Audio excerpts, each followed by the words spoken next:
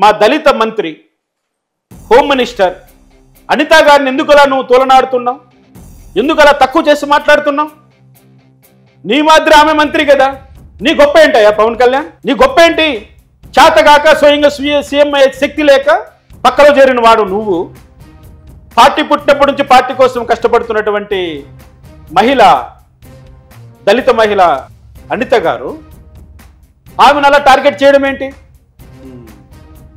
ఇంకో ప్రశ్న, మీ నాగబాబు గారు ఏమి చించిపోయారని ఆయనకి ఈరోజు మంత్రి పదవి ఇప్పిస్తున్నా బలవంతం చేసి, బ్లాక్మెయిల్ చేసి. ఒక్కటి చెప్పు. నేను ఒకటంట, జబర్దస్త్లో ఉన్న జడ్జి రోజా మంత్రి అయింది, అదే జబర్దస్త్లో ఉన్నటువంటి నాగబాబు ఎందుకు మంత్రి కాదని ఫిలాసఫీనా? చెయ్యి. జబర్దస్త్ కామెడీ షో చేసేయండి మంత్రివర్గాన్ని. వి యాక్సెప్టెడ్. నిజం చెప్పండి, ఒప్పుకుంటాం. అవునయ్యా నిజమే కదా.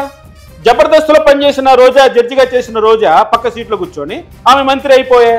నాగబాబు గారు ఏం తప్పు చేశారు? డైరెక్ట్ ఎలక్షన్స్ లో పార్టిసిపేట్ చేసి ఎన్నికైంది అని సమర్థించుకుందాం. నా మాట ఏంటంటే, ఇద్దరు జబర్దస్త్లో ఉన్న ఇద్దరు జడ్జిలు మంత్రులు అయ్యారన్న మా పేరన్న నిలిచిపోనిలేండి. అంతకంటే ఏముంది చెప్పండి క్వాలిటీ?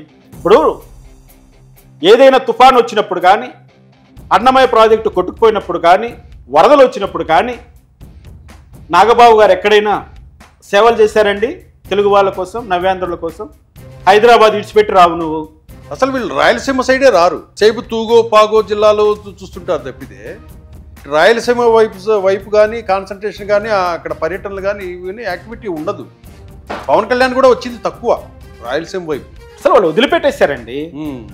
అసలు వాళ్ళు 2 జిల్లాలను పట్టుకున్నాడు ఆయన. ఆ 2 జిల్లాల్లోనే రాజకీయం చేస్తున్నాడు.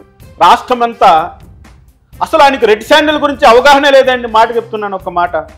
అసలు ఎన్ని వేల మెట్రిక్ టన్నులు ఉన్నాయి, అది ఆక్షన్ ద్వారా అమ్మితే ఎంత డబ్బు వస్తుంది, అక్రమంగా తరలించకపోతే ఎంత డబ్బు వస్తుంది, ఎన్ని వేల కోట్లు స్మగ్లర్లు సంపాదించేశారు, ఆ స్మగ్లర్లు ఎంతమంది ఈరోజు జైల్లో ఉన్నారు, అసలు ఏమైనా చేశారా? 6 నెలల లోపల నువ్వు ఏదైనా సాధించావా? ఒక అటవీ శాఖ మంత్రిగా నువ్వు చేసింది ఏంటి? ఏమీ లేదు. ఇక్కడ నువ్వు ఇప్పుడు పరీక్షలు పెడితే నీకు పడేది 0 మార్కులే, 100కు 0 వస్తాయి. మేము అదే ప్రశ్నిస్తున్నాం. మీరు ఏదో అది ఎట్లా ఉందంటే చూడ్డానికి కూడా ప్రజలకి ఇలా బంధంను చూస్తుంటే అతి, చంద్రబాబు నాయుడు గారికి పవన్ కళ్యాణ్ మధ్య బంధము అతిగా కనపడుతుంది మాకు. అది ఒక షోలాగా కనపడుతుంది, ఒక సినిమాలాగా కనపడుతుంది, రియాలిటీ లేదు. అది ప్రజలకు అర్థమైపోయింది అప్పుడే. మేము అదే అడుగుతున్నాం.